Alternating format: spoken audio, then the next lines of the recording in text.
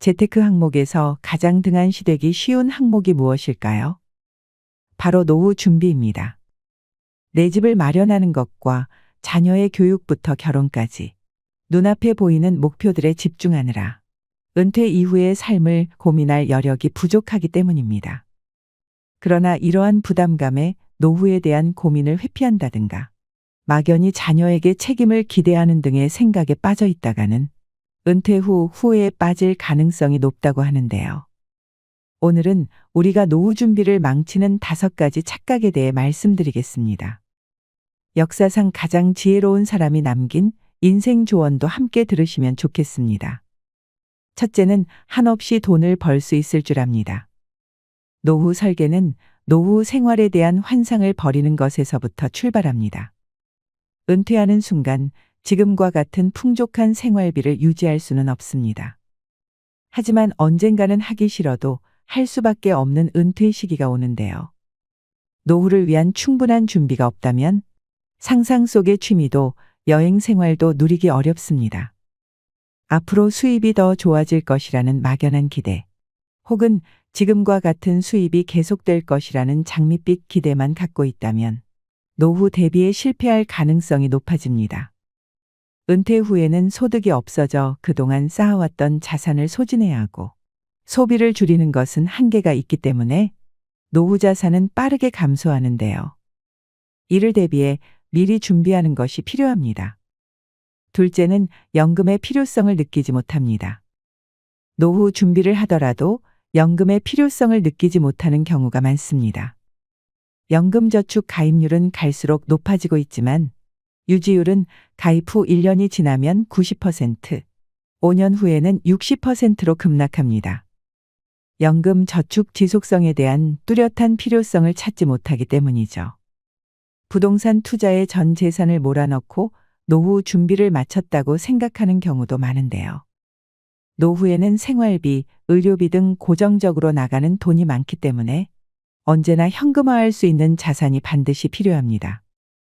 경제 활동을 하는 동안 국민연금을 잘 유지하고 퇴직연금을 활용하는 한편 개인연금에도 조금씩 투자하는 것이 좋습니다. 중요한 것은 연금을 유지하는 것입니다. 셋째는 자녀 지원으로 노후 준비를 대신합니다. 자녀 지원에 과도하게 지출하는 것도 큰 문제입니다. 우리나라 40, 50대가 노후 준비를 하지 못하는 이유의 65.4%가 자녀의 교육비와 결혼 지출 때문이라고 하는데요. 금융생활 보고서에 따르면 은퇴 준비에 가장 신경 써야 할 50대 가구가 매월 평균 교육비에 쓰는 돈은 108만 원에 달했고 60대 가구도 94만 원이나 됐습니다. 전문가들은 노후 준비 대신 자녀 지원에 큰 비중을 두는 것이 실수라고 지적합니다. 자녀에게 들어가는 비용은 적지 않으며 장기적인 지출이기 때문에 노후 준비까지 함께 고려해 균형에 맞는 지출이 이뤄져야 합니다. 넷째는 자녀가 노후를 책임져 줄 것이라 생각합니다. 같은 맥락에서 자녀가 나의 노후 대비책이라고 믿는 것도 큰 오류입니다. 자녀 세대가 부모를 부양하겠다는 의지가 있다고 하더라도 구조적으로 어렵기 때문입니다. 현 시대는 결혼한 자녀 2명이 양가 부모를 부양하는 시대입니다. 좀 낫더라도 자녀 4명이 부모 4명을 부양하게 되는 1:1 부양 구조이죠. 부양만 감당하더라도 부담이 되는 상황이지만 부양하려는 자녀 역시 책임져야 하는 자식이 있기 때문에 쉽지 않습니다. 부모 부양에 충분한 비용을 지출하기가 현실적으로 더 어려워지고 있다는 것입니다. 다섯째는 무언가를 배우기에 늦었다고 생각합니다. 노후 준비를 망치는 또 다른 생각은 무언가를 배우기에는 늦은 때라고 인지하는 것입니다. 머리가 굳고 습득이 느리기 때문에 혹은 이 나이에 배우는 것은 큰 의미가 없다는 생각을 하는 경우가 많은데요. 요즘엔 노후 연령이 늘어나는 만큼 제2의 직업이나 취미를 갖는 것이 매우 중요합니다. 은퇴 후 취미나 직업 없이 남은 인생을 보내는 것은 스스로를 힘들게 하는 길입니다. 오히려 노년의 시기는 치열한 성과에 집중하는 대신 삶의 의미를 완성할 수 있는 최적의 때입니다. 자신이 정말 좋아하는 일을 찾아 은퇴 이후의 건강한 삶을 조금씩 준비하는 것도 필요합니다. 지금까지 노후 준비를 망치는 5가지 착각에 대해 함께 살펴봤습니다. 노후 준비는 조금이라도 빨리 시작하는 것이 가장 중요하다고 합니다. 적은 부담으로 탄탄한 준비를 쌓아갈 수 있기 때문인데요. 현실의 많은 문제들에 치여 은퇴 이후의 삶에 대한 계획을 막연히 미뤄두셨다면 지금부터라도 현실적인 대비를 시작해 보는 게 어떨까요? 마지막으로 한 가지 재미있는 이야기를 들려드리겠습니다. 돈과 권세와 여자를 다 가졌던 솔로몬은 최후의 인생을 다음과 같이 고백하고 있습니다. 헛되고 헛되며 헛되고 헛되니 모든 것이 헛되도다. 솔로몬은 권력과 돈, 여자 1000명을 가진 왕이었습니다. 그는 역사상 가장 많은 아내를 가진 남자였습니다. 이스라엘을 40년간 다스리며 절대 권력을 누렸고 금이 너무 많아 은을 귀히 여기지 않을 만큼 부유했습니다. 한 아기를 두고 다툰 두 어머니에 대한 재판은 유명합니다. 재판에서 그의 지혜를 볼 수 있습니다. 그는 역사상 가장 지혜로운 인물 중 하나로 꼽히지만 그렇다고 책 속에 파묻혀 공부만 한 것이 아니라 화려하고 방탕하게 놀았던 것으로도 유명합니다. 인생 말년에 약간의 반란이 있긴 했지만 왕권을 위협받을 정도는 아니었습니다. 그냥 왕으로 잘 죽은 솔로몬이 왜 나이 들어서 인생은 헛되다라는 결론을 내렸을까요? 역사상 가장 지혜로운 사람이 남긴 조언은 결국 인생 허무주의인 것일까요? 아닙니다. 솔로몬이 인생에서 좋다는 것을 다 누려본 뒤 전도서에 남긴 메시지는 크게 3가지로 요약할 수 있습니다. 첫째는 언젠가는 죽는다는 것을 기억하라는 것입니다. 솔로몬이 헛되다고 하는 가장 큰 이유는 모든 사람이 언젠가는 죽기 때문입니다.